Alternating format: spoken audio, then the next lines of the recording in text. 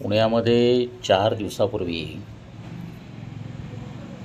प्रमोद रांका, मित्तल आणि कृष्णकुमार गोयल या बिल्डर्सवर ज्या धाडी पडल्या इन्कम टॅक्सच्या आणि ईडीच्या, याच्याने एक प्रचंड मोठी खळबळ निर्माण झाली पुण्यामध्ये. आणि हे कधी ना कधी होणारच होतं. कृष्णकुमार गोयल यांना मी 98 पासून ओळखतो. आम्ही दोघांनी एक कंपनी स्थापन केली होती त्यांच्या जावयासाठी. आणि गोयल हे अतिशय मृदुभाषिक, बोलणारे वगैरे वगैरे. पण हे बेसिकली बिल्डर लॉबीचं काय माहिती का?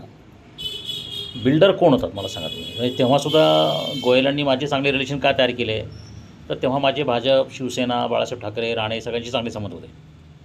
तर बिल्डर लॉबीला आणि त्यांच्या सांकला म्हणून बिल्डर होते, त्यांचा भाचा योगेश सांकला. आणि कृष्णकुमार गोयलचे जावयासाठी मी कंपनी उभी केली होती. पुढे गोयलांनी माझ्याविरुद्धच बोगस केस केली, बदनाम केलं, नुकसान केलं, धमक्या दिल्या, तो भाग वेगळा, खोट्या केसेस केल्या.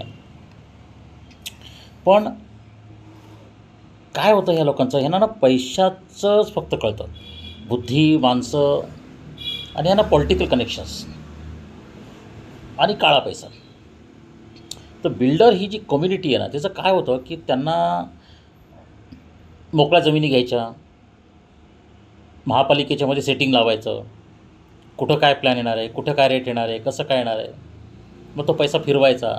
आता हे जे त्यांना 90 कोटीचा जो गैरव्यवहार झाला आहे, ह्याच्यातून हे लोक बाहेर पडतील. पण एक आता सिद्ध झालं की बाबा तुमचे फडणवीसशी संबंध असेल, भाजपची संबंध असेल, ते आता काही कामाला येणार नाही आहेत, कारण आता काळ बदलला आहे, परिस्थिती बदललेली आहे. तर थोडक्यात गोयल साहेबांनी त्यांच्या फॅमिलीला, त्यांना मी मुलांना आशीर्वाद दिलेला आहे. पण त्यांना हे कळलं पाहिजे आता की आता ते पूर्वीसारखं राहिलेलं नाही आहे. आणि हा जो पैसा फिरवणं, मनी लॉन्ड्रिंग करणं, हे सगळे गंभीर गुन्हे आहेत. त्यामुळे कृष्णकुमार गोयल यांच्या प्रतिष्ठेला जो धक्का बसला आहे, त्यातून ते सावरतील असं वाटत नाही. आणि त्यांच्या दोन्ही मुलांना तेवढं ते झेपणार नाही. आणि गोयलांनी एक काळ होता, त्यांनी सगळं मॅनेज केलं, कॉस्मॉस बँकमधून पैसा उभा केला, त्यांची एक मोठी लॉबी होती, चोरडिया वगैरे सगळ्या लोकांची, म्हणजे बाकीचे पण बिल्डर्स त्याच्यामध्ये होते. मी सगळ्या बिल्डर लॉबीशी माझा फार संबंध आला होता. आणि सगळे लोक मला खूप रिस्पेक्ट द्यायचे, का तर मी राणेंना मुख्यमंत्री केलं आणि मनोज जोशींना बाहेर काढलं, त्याच्यावर माझा रिस्पेक्ट त्यांना फार होता की बा कधी ना कधी हा माणूस कामाला येईल. मी कधी लॉबिंग केलं नाही. आणि ह्या लोकांचं काय असतं की हे वापरून फेकून देतात, हे तुमचं काम होतं आहे का, नाही तर फेकून येणार.